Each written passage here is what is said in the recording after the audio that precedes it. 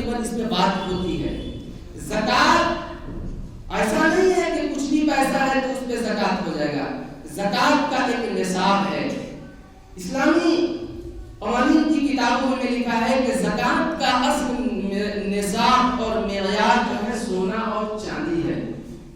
سونا بتایا گیا 7.5 تولہ سونا اور چاندی بتایا گیا 52.5 تولہ چاندی. اب اللہ کے رسول کے زمانے میں اس زمانے میں تولہ چلتا تھا. آج کل تولہ اسلامی تولہ ہے کہ نہیں یہ بھی ایک مسئلہ ہے. تو فقہا نے اس کو کلو گرام جو اپنے یہاں چلتا ہے اس کے اندر تبدیل کیا ہے. تو 7.5 تولہ سونا کا وزن اگر کلو گرام میں تبدیل کیا جاتا ہے تو وہ 87 گرام 480 ملی گرام ہوتا ہے. ملی گرام کو ہٹائیے 87 گرام. اس وقت سونا کی قیمت ہے, کل کا ریٹ بیتیا کے مارکیٹ میں تھا 14,830 روپیہ. تو 14,830 کو اگر 87 سے ہم ڈیوائڈ کریں گے تو وہ لاکھوں روپیہ ہو جائے گا. لیکن جو چاندی ہے اس کا جو معیار ہے وہ ہے 52.5 تولہ. 52.5 تولہ کو ہم کلو گرام میں تبدیل کرتے ہیں تو وہ ہوتا ہے 612 گرام. کتنا؟ 612 گرام 360 ملی گرام. تو 612 گرام کا مطلب وہ 500 گرام کا آدھا کلو اور پھر جو ہے 100 گرام ہو گیا اور پھر 12 گرام ہو گیا. اس وقت بیتیا میں جو چاندی کی قیمت ہے, بہترین چاندی کی قیمت ہے 295 روپیہ.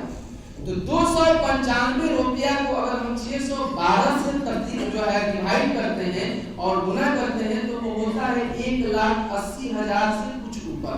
لیکن ہم مان لیں 1,80,000.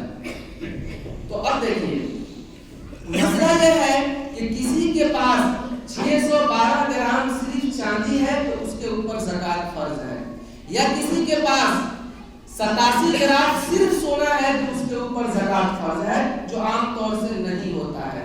لیکن علماء نے لکھا ہے کہ کچھ سونا ہو اور کچھ چاندی ہو اور دونوں کی قیمت ملانے سے چاندی کی قیمت کو پہنچ جاتا ہے تو زکات کے نصاب کو پہنچ گیا اور زکات نکالنا ضروری ہے. تو مطلب یہ ہے کہ ہمارے پاس کچھ سونا ہو 5 گرام 10 گرام اگر سونا ہے اور ہمارے پاس جو 10 گرام سے کم ہی سونا ہے اور کچھ چاندی ہے اور دونوں کی قیمت مارکیٹ کی قیمت سے معلوم کرتے ہیں اور 612 گرام چاندی کی قیمت کو پہنچ جا رہا ہے, یعنی 1,80,000 کی قیمت کے ہمارے زیورات پہنچ جا رہے ہیں تو زکات ادا کرنا ضروری ہو جاتا ہے. تو پہلا معیار جو ہے یہ سونا اور چاندی ہے, اور زکات کا دوسرا معیار مال ہے, روپیہ اور پیسہ. کسی کے پاس پیسہ ہے اور وہ پیسہ اس کے پاس 1,80,000 کے قریب ہے تو اس کے اوپر زکات فرض ہے. تیسرا چیز مال تجارت ہے.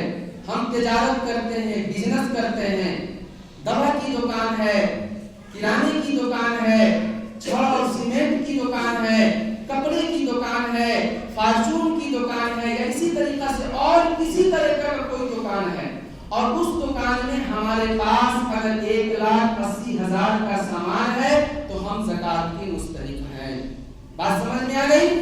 پہلا معیار سونا چاندی, دوسرا معیار روپیہ, اس کو سمجھا دیا آسان لفظوں میں 1,80,000, اور تیسرا سامان تجارت جس سے ہم بزنس کرتے ہیں, جس کو ہم بیچتے رہتے ہیں, وہ